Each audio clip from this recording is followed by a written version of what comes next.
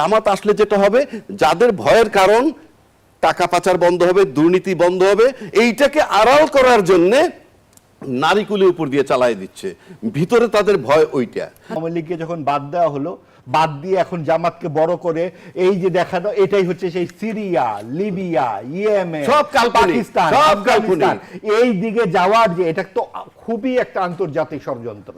এই যে নারীর কথা বলতেছে, আমরা নারী বিদ্বেষী জামাত ফর এক্সাম্পল।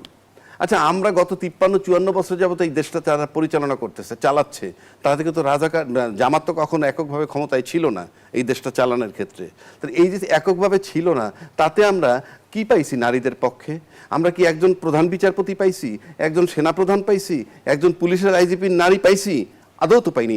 এখন আপনি সমস্ত মিডিয়াগুলো দেখেন তো, কতজন সিইও আছে, কয়টা পত্রিকার সম্পাদক আছে, যেটা আছে হয় স্বামী সূত্রে পত্রিকার মালিক হয়েছে অথবা বাবার সূত্রে গিয়ে পত্রিকার সম্পাদক হয়েছে। বাংলাদেশের রাজনীতি নারীকে কতটা আসলে অনুকূল পরিবেশ দিতে পেরেছে? তো সেটাই বলেন আপনি, তার জামাতকে টানেন কেন? আমরা কি দিলাম 53 বছরে? এখানে তো জামাতের মতো নারী বিদ্বেষী কেউ ছিল না। এখানে যে স্লোগানগুলো আমরা দিচ্ছি, স্বাধীনতার পক্ষ শক্তি, এর মানুষকে ধোকা দেওয়া। তা না হলে আপনি স্বাধীনতার বিপক্ষ শক্তিকে সাথে নিয়ে আপনি যখন স্বাধীনতার পক্ষ শক্তিকে পরাজিত করেন, তারপরে বলবেন প্রাসঙ্গিকতা, তাহলে তো এই যে 24-এর আন্দোলনে যে লোকগুলা মারা গেল, সেটাও প্রাসঙ্গিক রাজনীতির জন্য। সামনের বছর মানে 5 বছর পর যদি হয় আবার প্রাসঙ্গিক, তারপর আমরা ভুলে যাব রাজনীতির নামে। জনগণ চাইলে শেখ হাসিনার সন্তানরাও রাজনীতিতে ফিরে আসতে পারে। ঠিক এই মুহূর্তে যদি আপনি এই কথাটা বলেন, এখন পর্যন্ত তো একটা ফেসিজমের গন্ধ যায় নাই। এখন পর্যন্ত বঙ্গবন্ধুর মতো বলতে হয় রক্তের দাগ শুকায় নাই। এই যে রক্তের দাগ শুকায় নাই, তার ভিতরে এই কথাটা বলার পর আমরা কি ধারণা করতে পারি সামনে আমরা কি পেতে যাচ্ছি? আমরা কি সেই সরকারকে আবার পুনর্বাসিত করতে যাচ্ছি, নাকি আবার পারিবারিক রাজনীতি ফেরত নিতে যাচ্ছি? আসলে আমরা রাজনীতির নামে সময়টা পার হওয়ার পর অনেক কথা বলি, কিন্তু সময় যেটা পার হয়ে যায় সেটা তো আর ফেরত আসে না।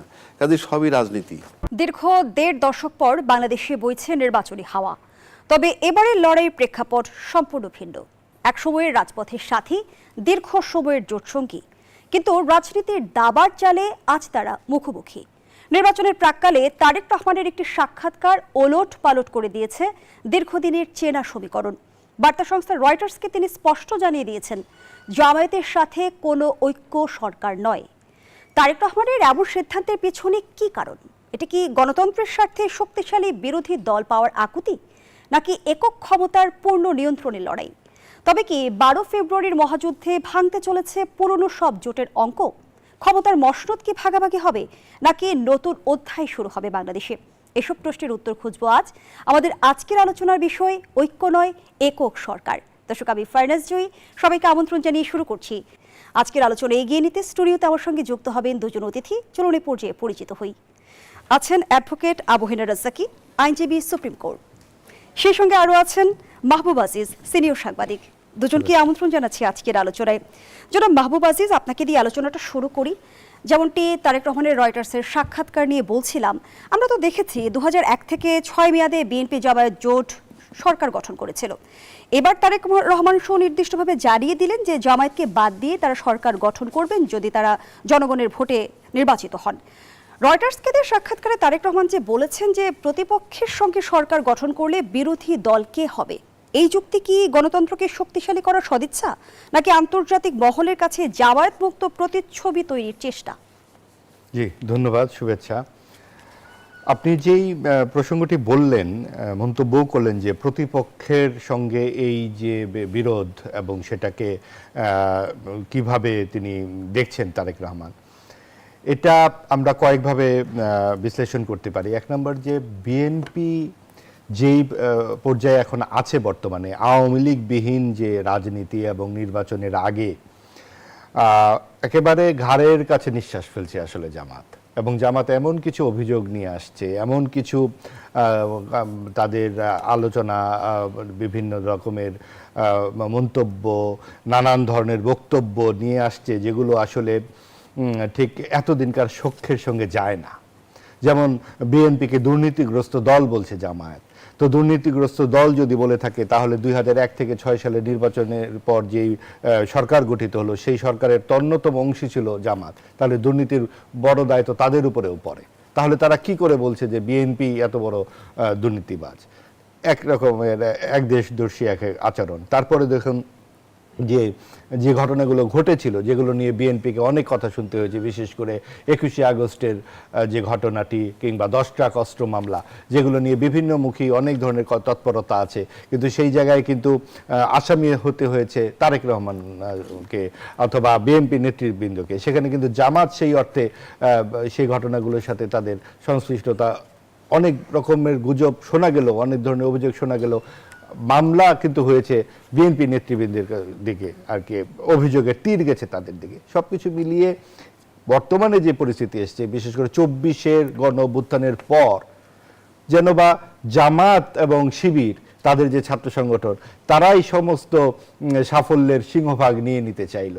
যদিও গত মূল যেই আওয়ামী লীগের দুঃশাসনের সময় হত্যা, কি বলে, মামলা এবং হামলা, সেই সমস্ত বিএনপির কর্মীদের উপরে বেশি হয়েছিল।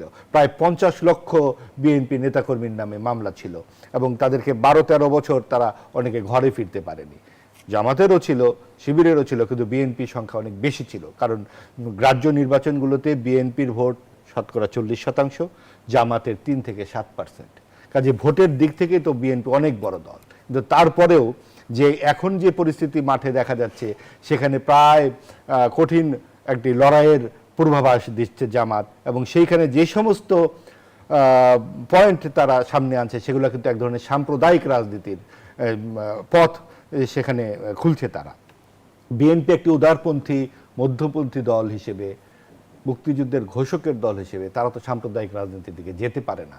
নারীর কর্মঘণ্টা থেকে শুরু করে বিভিন্ন ধরনের যে বিষয়গুলো জামাত সামনে নিয়ে আসছে, নারীর যে অধিকার, নারীর সংস্কার কমিশনের যে রিপোর্ট, সেখানে যে ইসলামিক দলগুলোর মন্তব্য, সব কিছু মিলিয়ে নারী ইস্যুটিকে যেভাবে সামনে এসছে, তারপরে তো আসলে বিএনপির তার সাথে যাবার কোনো পথই আর খোলা নেই।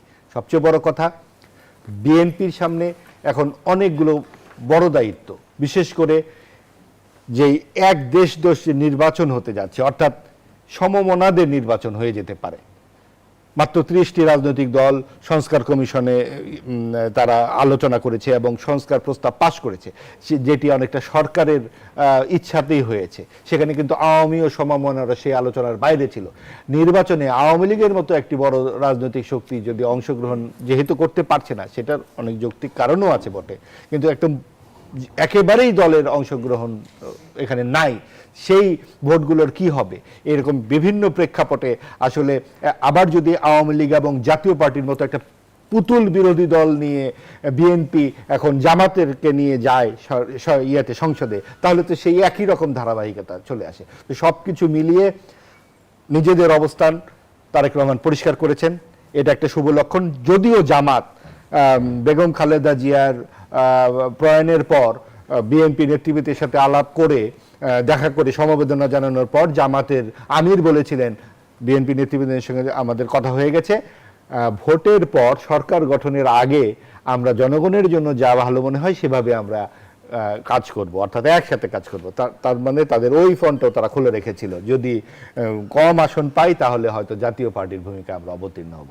তো তারেক রহমান সেটাকেও নস্যাৎ করে দিয়ে আমাদের আগামী নির্বাচনে অন্তত শক্তিশালী একটা বিরোধী দল যাতে হয়, জনগণের আকাঙ্ক্ষা থাকে, সেটা নিশ্চিত করার চেষ্টা করেছেন। অসংখ্য ধন্যবাদ জানাচ্ছি জনাব মাহবুব আজিজ।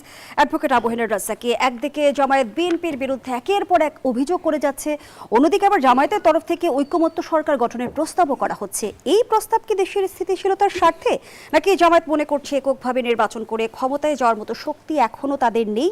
ঐক্য সরকার কি ক্ষমতার মসনদে বসার সিঁড়ি? ধন্যবাদ আপনাকে এবং দর্শক শ্রোতা এবং আমার প্রিয় একজন সহ-আলোচক। আসলে আমরা তো শুধু এখানে আলোচনা করতে আসি, আমাদের আর কোনো কাজ নাই। মানে আলোচনা বলতে আমরা যেটুকু বুঝি সেটুকু ডিসকাস করা। যেমন 1.5 শতক পর একটা নির্বাচন আমরা পাচ্ছি, তার মানে আগের যে নির্বাচনগুলো সেগুলোকে আমরা ডিনাই করছি, কিন্তু সময়টা কিন্তু পার হয়ে গেছে। আমার এই যে 1.5 দশক পার হয়ে গেছে, এবং তখন তারা যে সমস্ত কর্মকাণ্ড করে গেছে সবই কিন্তু বৈধ, যা নিয়োগ দিছে বৈধ, সব কিছু বৈধ। আসলে আমরা রাজনীতির নামে সময়টা পার হওয়ার পর অনেক কথা বলি, কিন্তু সময় যেটা পার হয়ে যায় সেটা তো আর ফেরত আসে না, কাজে সবই রাজনীতি। আপনি চিন্তা করেন যে আজকে আমরা যে রাজনীতিতে, যে নির্বাচনটায় যাচ্ছি, আমরা কীরকম পরিস্থিতিতে নির্বাচনে যাচ্ছি। বাংলাদেশি ইতিহাসে তো এটাই প্রথম একটা নির্বাচন, যেই নির্বাচনের আগে 1400 লোক মারা গেছে, 30,000 মানুষ আহত হয়েছে, তারপরে আপনার কি বলে সরকার পালায়ে গেল, তার সাথে বায়তুল মালের ক্ষতি, প্রধান বিচারপতিরা পালায়ে গেল, পুলিশ পালায়ে গেল, ইত্যাদি ইত্যাদি বহু ঘটনা। তারপরে আমরা আশা করছি কি একটা সুন্দর নির্বাচন হবে। মানে জিনিসটা এত সিম্পল, এত সহজভাবে আমরা বইলে ফেলাই। এটাই যদি হয় যে এইরকম পরিস্থিতির পর সুন্দর নির্বাচন হবে, তাহলে কি প্রতি 5 বছর পর পর নির্বাচনের আগে আমাদের 1400 লোক মারা দিতে হবে, তারপরে 30,000 লোক আহত হইতে হবে, পুলিশ পালায় যেতে হবে, বিচারপতিরা, এইরকম পরিস্থিতিতে সুন্দর নির্বাচন আশা করতেছি, এটা তো আমার কাছে কোনোভাবে মেলেই না। অন্তর্বর্তী সরকারও তো বলছে তারা ইতিহাসের সেরা নির্বাচন আয়োজন করতে চায়। অন্তর্বর্তী সরকারে তো আমি কোনো আইটিমি মনে করি না, কারণ ওনরা একটা প্রেক্ষাপটে বসছেন, ওনাদেরকে বসাই দিছে। এবং আমাদের দেশের রাজনীতিবিদ, সুশীল সমাজ, সাংবাদিক, মিডিয়া, প্রশাসন সবাই তীর্থের কাকের মতো বঙ্গভবনে বসেছিল, উনি দায়িত্ব নিছেন। সেদিন কেন সেট করতে পারেন নাই উনি কি কি কাজ করবেন, কয়দিনের মধ্যে নির্বাচন করে যাবেন, সব কিছু তো সেটেল করতে পারতো।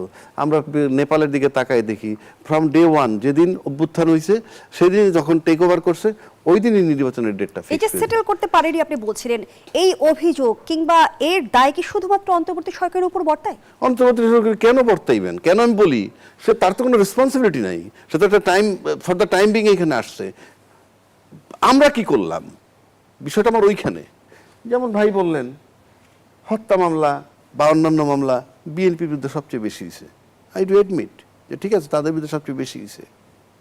তার মানে আওয়ামী লীগের সময় সবচেয়ে বেশি নির্যাতিত তারা হয়েছে, সবচেয়ে বেশি নির্যাতিত তারা হয়েছে। আমি যদি ভাইয়ের কথায় ধরি যে তাই হয়, যারা আমাকে সবচেয়ে বেশি নির্যাতিত করলো, ইভেন বিএনপির অনেক লোকজনও মারা গেছে আন্দোলনে, তাহলে সেখানে আমার এখন পর্যন্ত একটা নির্বাচন হইল না। তার আগে আমি স্টেটমেন্ট কেন দিতে যাচ্ছি যে জনগণ চাইলে শেখ হাসিনার সন্তানরাও রাজনীতিতে ফিরে আসতে পারে। ঠিক এই মুহূর্তে যদি আপনি এই কথাটা বলেন, এখন পর্যন্ত তো একটা ফেসিজমের গন্ধ যায় নাই। এখন পর্যন্ত বঙ্গবন্ধুর মতো বলতে হয় রক্তের দাগ শুকায় নাই। এই যে রক্তের দাগ শুকায় নাই, তার ভিতরে এই কথাটা বলার পর আমরা কি ধারণা করতে পারি সামনে আমরা কি পেতে যাচ্ছি? আমরা কি সেই সরকারকে আবার পুনর্বাসিত করতে যাচ্ছি, নাকি আবার পারিবারিক রাজনীতি ফেরত নিতে যাচ্ছি? বাংলাদেশের রাজনীতি তো আমরা দেখলাম, এখানে আরো একজন দায়িত্বশীল ব্যক্তি বলেছেন যে কি আপনার বাংলাদেশের রাজনীতিতে মূল প্রতিদ্বন্দ্বী ছিল 2টা দল, বিএনপি। কিন্তু অ্যাডভোকেট আবু-হেনা রাজ্জাককে আপনি বলছিলেন, তারেক রহমান রয়টার্সকে বলেছেন জনগণ চাইলে শেখ হাসিনার সন্তানরা ভবিষ্যতের রাজনীতি করতে পারবেন। আপনি এও বলছিলেন যে এখনো রক্তের দাগ শুকায়নি, কিন্তু আমরা তো দেখেছি যে রাজনীতিতে প্রাসঙ্গিকতা বদলায়। জামায়াতের ইতিহাসে দায় রয়েছে 71-এ বিতর্কিত ভূমিকার পরও এখনো জামায়াত রাজনীতিতে প্রাসঙ্গিক এবং রাজনীতি করে যাচ্ছে। কি বলবেন এই বিষয়ে? এটার জন্য দায়ী তো রাজনীতিবিদরা, মানে বড় দলগুলো, তারাই তো তাকে সবসময় ব্যবহার করেছে এবং সে ব্যবহৃত হয়েছে। আপনি যখন তাকে রাজাকার বলে গালাগালি করবেন, সে তখন ভাববে আমি তো ফ্লোটিং, আমি ভাসমান, আমি কি করব। তা এখন তাকে আওয়ামী লীগও ডেকেছে, বিএনপিও ডেকেছে। এরশাদ বিরোধী আন্দোলন 3 দলের মিলে আন্দোলন করেছে। আবার স্বাধীনতার পক্ষ শক্তি যখন শেখ হাসিনা ক্ষমতায়, আপনার 2001 পর্যন্ত ক্ষমতায়, 96 থেকে 2001 পর্যন্ত, তারপর যখন নির্বাচন করলো তখন রাজাকারের সাথে আজকের বিএনপি দুইয়ে এক মানে জোট করে শেখ হাসিনাকে পরাজিত করলো। কে সে? স্বাধীনতার বিপক্ষ শক্তি। তার মানে অল দিস আর বুলশিট। এখানে যে স্লোগানগুলো আমরা দিচ্ছি স্বাধীনতার পক্ষ বিপক্ষ শক্তি, এর মানুষকে ধোঁকা দেওয়া। তা না হলে আপনি স্বাধীনতার বিপক্ষ শক্তিকে সাথে নিয়ে আপনি যখন স্বাধীনতার পক্ষ শক্তিকে পরাজিত করেন, তারপরে বলবেন প্রাসঙ্গিকতা, তাহলে তুই এই যে 24-এর আন্দোলনে যে লোকগুলা মারা গেল সেটাও প্রাসঙ্গিক রাজনীতির জন্য। সামনের বছর মানে 5 বছর পর যদি হয় আবার প্রাসঙ্গিক, তারপর আমরা ভুলে যাব রাজনীতির নামে। এটা কোনো কথা হইল নাকি? আপনি যাকে রাজাকার ইজ ফর অলওয়েজ রাজাকার, আপনি তার সাথে কতক্ষণ মিশবেন তখন ঘ্রাণ পাবেন, যখন লাগবে না তখন গন্ধ পাবেন।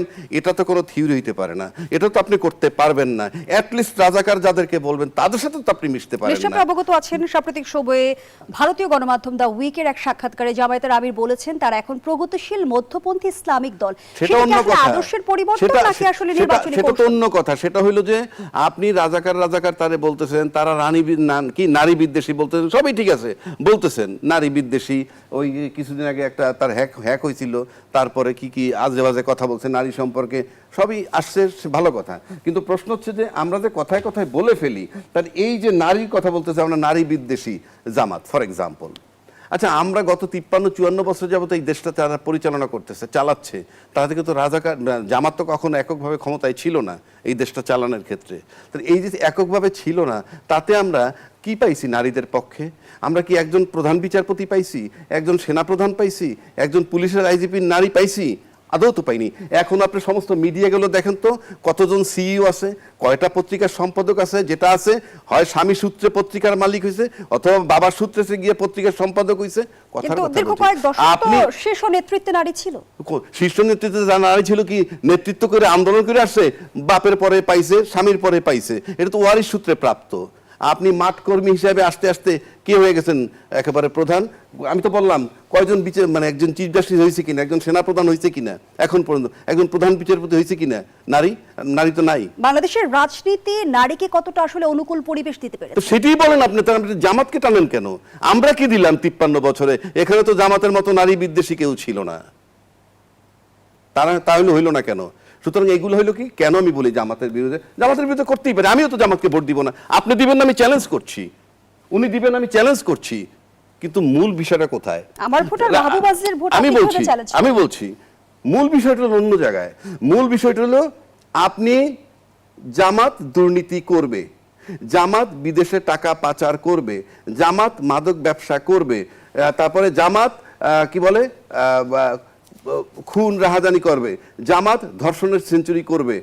এই যে বিষয়গুলা, জামাত আসলে দুর্নীতি আমলাদেরকে ক্ষতিগ্রস্ত করবে, এই যে বিষয়গুলা জামাতের ব্যাপারে এইগুলা কেউ বলে যে দুর্নীতি করবে, মাদকের ব্যবসা করবে ইত্যাদি, কিন্তু বলে কি নারী বিদ্বেষী। জামাতকে এককভাবে ক্ষমতায় দেখার সুযোগ কি হয়েছে জনগণের? হয় নাই তো, তার না হইলে আপনি বলেন কিভাবে?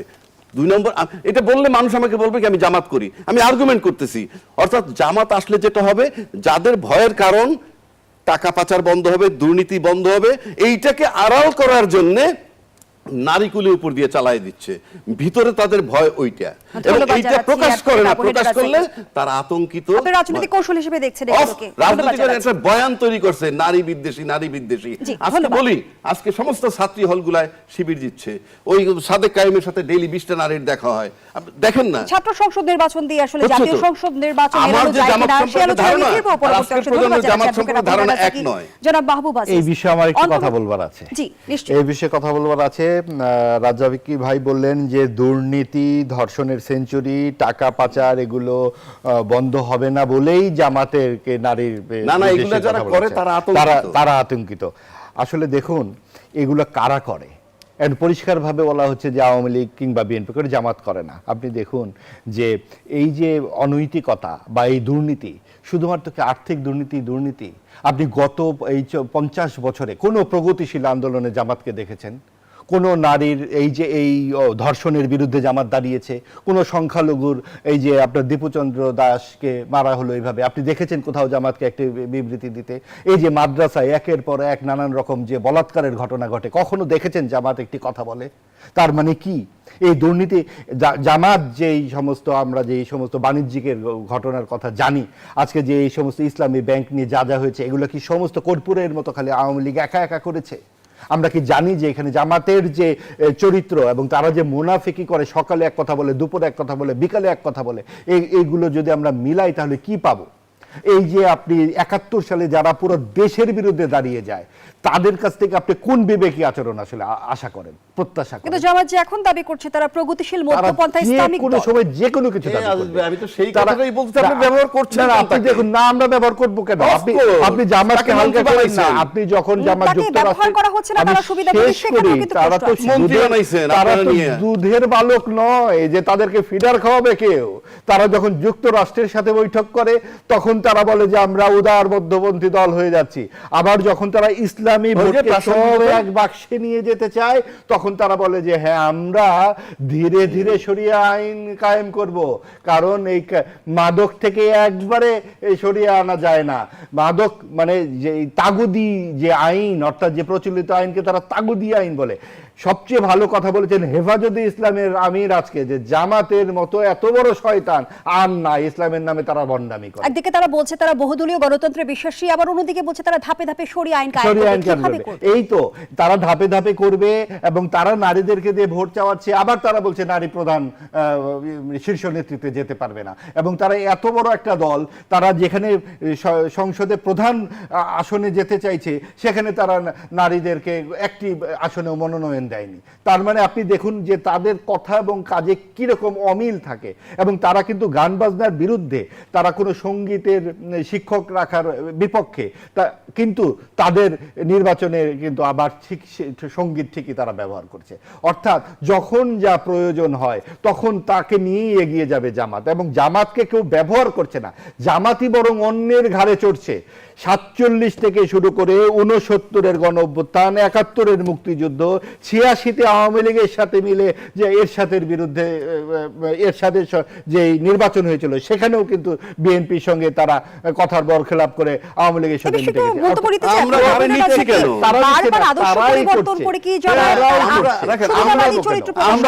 আমরা তাকে ঘাড়ে নিচ্ছি কেন? আপনি যে বললেন যে সুনির্দিষ্টভাবে বলেন কারা ঘাড়ে নিচ্ছে? সব রাজনৈতিক দল ঘাড়ে নিচ্ছে। জামাত আসলে এই হবে, আর দেখেন জামাত আসলে এই হবে, আমরা ডিবেট করতে না কেন? জামাত আসলে এই হবে, আর যারা ছিলেন তারা করছেন কি? মানে যারা ছিলেন তারা করলেন কি? গত 53 বছর বললেন নারীকে আমির বানাবে না, পরিষ্কার বলেছে যে আমি নারীকে আমির বানাবো না, এটা তো ক্লিয়ার। এখন পরিষ্কার করে যদি আপনি বলেন যে নারীকে এই প্রশ্নটার উত্তর দেন, পরিষ্কার করে যদি এই প্রশ্নটার উত্তর দেন, এটা প্রাসঙ্গিক না। না প্রাসঙ্গিক তো বলছি, এটা মেনে যে জামাত করবে, এটা মেনে জামাত করার কিছু নাই। এটা আমি আর আপনি বলবো না, এটা গণতান্ত্রিক দেশ। আপনি বারবার বলছেন সবাই জামাতকে ব্যবহার করছে, জামাত কি তাহলে তুরুপের তাস? কোথায় জামাত হলে তুরুপের তাস? কেমন জানেন? যখন বিএনপি আর আওয়ামী লীগ প্রতিদ্বন্দ্বিতা করে তখন জামাত যেদিকে যায় তারা উইন করে। তাহলে কি রাজনৈতিক দলগুলো জামাত কার্ড খেলে? নো আইডিওলজি, রাজনৈতিক দলের কোনো আইডিওলজি নেই, কোনো আদর্শ নাই। তো আছে আইডিওলজি, আপনি জামাতকে ব্যবহার করছেন কেন? সবচেয়ে বড় আইডিওলজি হতে এই যে উনি কিন্তু বলেছেন এই ফাঁকে যখন আওয়ামী লীগ বিএনপি সংঘর্ষ মুখর হয়, তার মানে আওয়ামী লীগকে যখন বাদ দেওয়া হলো, বাদ দিয়ে এখন জামাতকে বড় করে এই যে দেখানো, এটাই হচ্ছে সেই Syria, Libya, Yemen, Pakistan, Afghanistan এই দিকে যাওয়ার যে এটা তো খুবই একটা আন্তর্জাতিক ষড়যন্ত্র। আমরা যদি এই কথা বলি তখন কি হবে, কি দাঁড়াবে? আপনি এই যে ভূ রাজনীতির যে প্রসঙ্গটা আমরা কথা বলি বারবার, এই যে আজকে আপনি বন্দর নিয়ে এত কথাবার্তা হচ্ছে, নির্বাচনের আছে 3 দিন, সরকার দেখে ভূ রাজনীতির বিষয়ে আমার আরো বেশ কিছু প্রশ্ন আছে। যারা মাহবুব আজিজ, অ্যাডভোকেট আবু হেডার রাজ্জাকি, দুজনের কাছে একটি অভিন্ন প্রসঙ্গে প্রশ্ন রাখতে চাই। অন্তর্বর্তী সরকার শেষ সময়ে আপনারা জানেন বেশ কয়েকটি বড় ধরনের চুক্তি সম্পাদন করেছে। আমি যদি দু একটি তুলে ধরি, জাপানের সাথে প্রতিরক্ষা চুক্তি সই করেছে, যুক্তরাষ্ট্রের সঙ্গে বাণিজ্য চুক্তি, চট্টগ্রাম বন্দর বিদেশিদের হাতে দেয়া। শেষ সময়ে সরকারের এই তড়িঘড়ি বড় বড় চুক্তিগুলো সই করা কি আন্তর্জাতিক চাপের ফল? ভূ রাজনীতিতে এর গুরুত্ব কতটুকু? মাহবুব আজিজ। জি দেখুন, যে সরকারের আসলে যেই সমস্ত তৎপরতা আমরা শুরু থেকে দেখলাম গত 18 মাসে, তাতে কিন্তু আমাদের নানান রকম আপত্তি আমরা বারবারই জানিয়েছি বিভিন্ন মহল থেকেই, বিশেষ করে যারা বিশ্লেষণ করছেন এই যে সরকারের অদক্ষতা এবং এই তৎপরতাগুলো অনেক রকম সন্দেহেরই আমাদের এখানে তৈরি করেছে। বিশেষ করে আপনার দেখুন যে মুক্তিযুদ্ধের ভাস্কর্য ভাঙা, ইতিহাস বিকৃতি, নানান রকমের যে সমস্ত বিষয়গুলো এসে সাম্প্রদায়িক শক্তির যে উত্থান, এই সমস্ত ব্যাপারগুলোতে সরকারের উদাসীনতা, নির্বিকারত্ব যেমন প্রশ্নের তৈরি করে, একই সাথে এই যে নির্বাচনের ঠিক আগে এই ধরনের তৎপরতা এবং চট্টগ্রাম বন্দরে যা হচ্ছে একেবারে ধর্মঘট এবং নানান রকম পারস্পরিক কথাবার্তা, এবং একটা আমাদের একটি এরকম একটা উন্নয়নশীল দেশে এত বড় একটি সম্পদ কেন এই সরকারকে চুক্তি করতে হবে? রাজনৈতিক সরকার কেন আসবে? আমি সিম্পল বলি আপনাকে, আপনি 3টে চুক্তির কথা বলছেন, বাণিজ্য চুক্তি, সামরিক চুক্তি, পোর্ট নিয়ে চুক্তি। এই সরকার কেন করছে? প্রথম আপনাকে বুঝতে হবে এই সরকারটা কি সরকার। এই সরকারটা তত্ত্বাবধায়ক সরকার না, অন্তর্বর্তীকালীন সরকার। এই সরকারটা কি, একজন সরকার চলে গেছেন আর একটা সরকার আসবে, এর মাঝখানে উনি পূর্ণাঙ্গ সরকার, প্রতি মুহূর্তে পূর্ণাঙ্গ সরকার। সেটা ভিন্ন কথা, পূর্ণাঙ্গ সরকার যেটা করে সেটাই করছে এবং সরকারের আকাঙ্ক্ষাটাকে তারা নষ্ট করে। তবে শুরুতে আপনি বলেছিলেন যে অন্তর্বর্তী সরকারের ম্যান্ডেট ঠিক হয়নি যে তারা কি কি করবে আর কি কি করবে না। সেটা রাজনীতিবিদরা দিতে পারেন নাই ওই দিন বঙ্গভবনে, আমি সেটা বলেছি। কিন্তু উনি পূর্ণাঙ্গ সরকার, আমি আবারও বলছি উনি পূর্ণাঙ্গ সরকার। উনি পূর্ণাঙ্গ সরকার যেভাবে কাজ করে ঠিক সেইভাবেই 5 দিন আগে কেউ এই বন্দর চুক্তি সেটা তো দেয় সরকারের ব্যাপার। কোন রাজনৈতিক সরকারও তো তা করে না। রাজনৈতিক সরকার পারবে কি পারবে সেটা না। উনি পূর্ণাঙ্গ সরকার, আমি আবারও তো বলছি সমালোচকরা তো ম্যান্ডেট নিয়ে প্রশ্ন সমালোচনা তো সমালোচনা করবেই। আপনি তো পারেন নাই বঙ্গবন্ধু তাকে কাজ বাধ্য করে দিতে যে আপনি এইটুক করে এই করে চলে যাবেন, পারেননি। পূর্ণাঙ্গ কারণ সরকার। তাদের বিবেচনার উপরে মানুষের আস্থা ছিল। রাখেন, তাদের বিবেচনা কি, তারাই টাইম দিচ্ছে, তারা তো যে আমরা গণতন্ত্রের একটা তারাই টাইম দিচ্ছে আমরা চলে যাব গণঅভ্যুত্থানের আকাঙ্ক্ষা জাত একটা সরকার। জুনের 30 জুন 2026 এর মধ্যে চলে যাবে। এই টাইম কারা দিছে? এই সরকার। রাজনীতিবিদরা আদায় করতে পারেনি। আমি আবারও বলছি, সে যাওয়ার পূর্ব পর্যন্ত যা করবে আমাকে একটু 30 সেকেন্ড সময় দেন ভাই। এটি ফাইনাল। সেটা হচ্ছে যে একেবারেই এটার কোনো যুক্তিহীন কথা। যুক্তি না তো, পূর্ণাঙ্গ ভাই সরকার। আমাকে একটু বলতে দেন যে গণ অভ্যুত্থান যে হলো 24-এর গণ অভ্যুত্থান, এটা তো আকাঙ্ক্ষা ছিল একটা, এটা তো একটা ফুল খেলা নয়, এটা তো একটা মানে যা খুশি তা ঘটেনি। তো এখানে 15 বছর ধরে একটা দুঃশাসন হয়েছে, সেখানে মানুষ রক্ত দিয়েছে, রক্ত দিয়ে একটি সরকার এসেছে। সেই সরকারের কাছে প্রথম দাবিটিই ছিল গণতন্ত্র এবং জবাবদিহিতা। সেগুলা বাদ দিয়ে দেশ আপনারা বিক্রি করে দিবে। দুলাইন মন্তব্য নিয়ে শেষ করব। দুলাইন মন্তব্য এইটি আমি আবারও বলছি, উনি নতুন সরকার আসবে, তার কাছে ক্ষমতা হস্তান্তর করে দিয়ে চলে যাবেন। এর পূর্ব পর্যন্ত উনি পূর্ণাঙ্গ সরকার এবং অন্তর্বর্তীকালীন সরকার পূর্ণাঙ্গ সরকার গণঅভ্যুত্থানের আকাঙ্ক্ষা পূরণ করার দরকার নাই। শেষ পর্যায়ে দর্শক শেষ করছি আজকের আয়োজন। ধন্যবাদ সবাইকে।